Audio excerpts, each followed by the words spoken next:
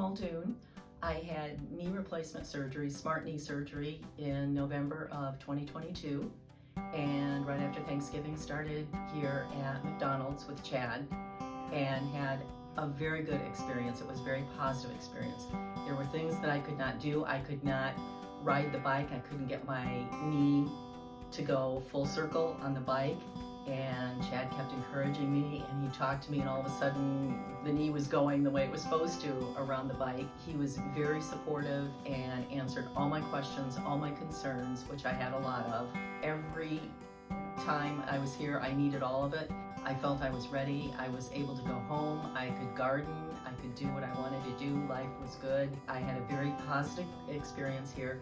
And if anyone is looking for a physical therapy location, I highly recommend McDonald's. Everybody here is wonderful. They treat you like a family. You're not a number, and they are very concerned.